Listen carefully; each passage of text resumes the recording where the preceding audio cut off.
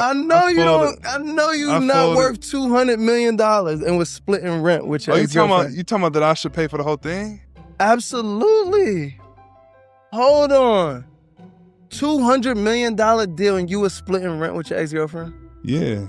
Okay, look, I don't want anyone to ever confuse personal income with obligation. I know sometimes the lines get a little blurry with people because you may know somebody who has a large amount of money, and when you're around them, you're like, hey, yeah, you should do this for me.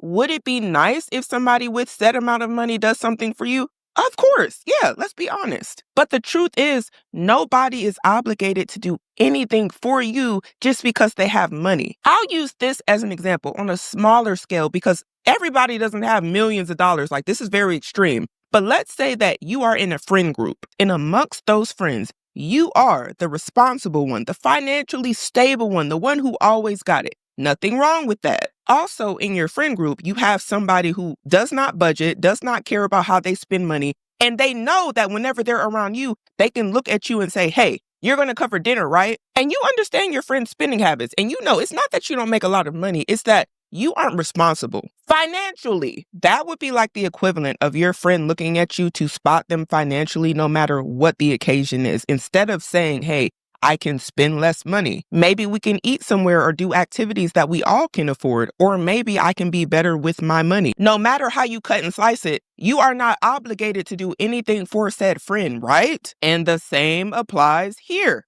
And this is an interesting conversation because I feel a lot of people, like this podcast host, would say, why wouldn't you pay for everything? And though I can understand completely because $200 million is a lot of money, just because you have money doesn't erase the need for you to have boundaries and to have good money management skills, because you can easily lose it all if you don't. And I'll be honest, we've seen a lot of people in the media make a lot of money, and then because they have overextended their hand, they end up broke. Like, what are you talking about? The right decision. You worth $200 million. Her rent was probably $3,000, bro. Okay, but she killing herself to make half, and then she always with you. But look, how was she even making that half? Okay. So basically, she's looking around. She's looking around for her apartments, and she came across one, but it was way out of her price range. It was like double what she could afford. So I was like, this is really nice. I want you to be able to stay here. I want to be able to pull up and stay here. You know what I'm saying? Like, what can you afford? And I'll split it. I'll pay the rest. So right. I ended up doing that, and I was like, "Yo, whatever happens," and I want the people's advice on this too, because I'm curious. Yeah, I am the people. Basically, bruh, I said whatever happens in this relationship for the next year, I'm committed to paying this rent. You're a year-by-year guy. You committed to the NBA year-by-year. You committed to your woman year-by-year. Because I'm like, I don't know if we're going to be together. I don't know if this is my wife. I don't know if it's not.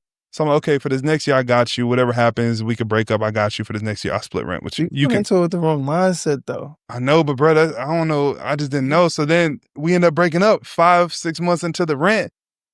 And basically that's where I'm at now, where I'm like, man, do I keep helping her out, or is it cooked? So have you paid your half of the rent? How does that work if you blocked on shit? No, we were in a little bit of communication. She ended up hitting my phone asking for the bread. Hell yeah, she gonna keep which I don't blame her, because she went into that apartment not being able to afford it, and I gave her my word. So why you just don't send her half for the rest of the year? Because she need to act right month to month. Oh.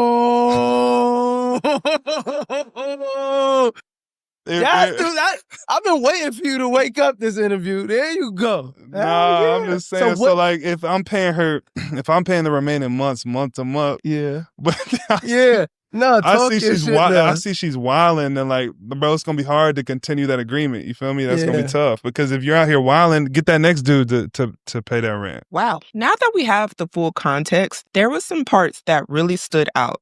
This was one. So, have you paid your half of the rent? She ended up hitting my phone asking for the bread. Hell yeah, she gonna keep which I don't blame her, because she went into that apartment not being able to afford it, and I gave her my word. He essentially was covering the half that she already couldn't afford, right? This means she chose a place that was outside of the gap that she could afford by herself, thus making herself dependent on him for that other bit of income. Mind you, they are not married. They are not obligated to help each other financially. They are boyfriend, girlfriend, dating, whatever the case may be. It can be dangerous to tie yourself together financially to somebody who is not legally obligated to you. And this is not to shame anybody who does move in with their boyfriend or girlfriend. I'm just pointing out the dangers of this. The dark side of this is if that relationship does not work, financially, you have put yourself in a bad situation because you were fully depending on that person for one of your basic necessities, which is a roof over your head. And the truth is, just because that relationship ended, doesn't mean that your bills ended. Your bills did not stop. Your landlord still wants their rent. They don't care anything about your arrangement, your breakup, none of that. And honestly, that is when reality slaps a lot of people in the face. And honestly, that's when a lot of people get that wake-up call like, oh my, what am I going to do? The next part that had me gasped for air was this. I want the people's advice on this too, because I'm curious. Yeah, I'm gonna give. I am the So basically, bro, I said whatever happens in this relationship for the next year, I'm committed to paying this rent. You're a the year by payments year guy. You committed to the NBA year by year. You committed to your I'm like, woman year by year. because I'm like, I don't know if we're gonna be together. I don't know if this is my wife. I don't know if it's not. So I'm like, okay, for this next year, I got you. Whatever happens, we could break up. I got you for this next year. I'll split rent with you. Okay, so he essentially created a verbal lease. And mind you, he is on a podcast in 4K admitting that he told this lady he would pay for the lease for up to a year, no matter what. Where is Judge Judy? Because the proof is in the video. Simone, why are you bringing this up? A lot of people like to say, oh, I didn't say it. That wasn't our agreement. According to you right now, it was, sir. So, hey, no matter what, remember? And if y'all want to be out here like Usher in Confessions, that is your prerogative, Bobby Brown. Now, this is totally cool if you're okay if the relationship doesn't work out. But let's be honest, a lot of people aren't. Y'all just be saying stuff like that. Like, oh, I got you. I'll make sure you're straight. And we then have to say, under what conditions? Because let's be honest, it's all rainbows and butterflies, and you can have whatever you like whenever stuff in the relationship is going good. But the minute that stuff goes south, terms and conditions may apply. And that was kind of shown later in this interview when he then says, why you just don't send her half for the rest of the year? Because she need to act right month to month. Oh. There it was. There it is. Hey. So like if I'm paying the remaining months month to month, yeah, I see she's wilding, then like, bro, it's gonna be hard to continue that agreement. You feel me? That's gonna be tough because if you're out here wilding, get that next dude to pay that rent. Now, if you don't act right, you ain't got nowhere to stay. You don't have nowhere to go. Now you got to act right. But remember, he said this. We could break up. I got you for this next year. I'll split rent with you. And honestly, at least he's like, hey, if she acts right, I'll pay.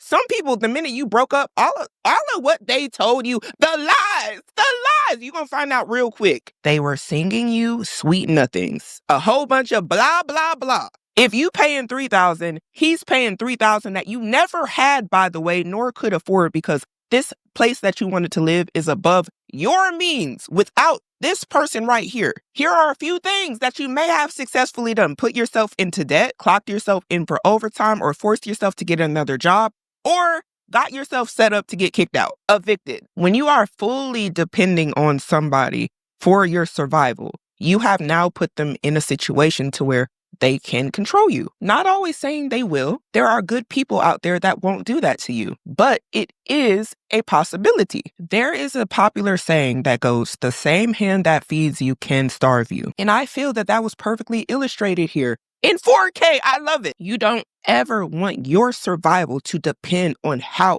anybody feels about you because people change day to day. They might love you today, care for you, say all these nice things. And the next day, the next year, 10 years down the line, they might not feel that way anymore. And then what? Like Manny Fresh said, and love is a beautiful thing. But when it comes to your survival and making sure you're good financially, we have to use logic. And I know this is going to be a controversial question, but should anybody making $200 million be expected to cover somebody's bills or finances? Was he wrong for splitting the rent? And what do you think about him saying that she needs to essentially act right or she going to be on the streets? But we got to start making better decisions today in order to have a better future.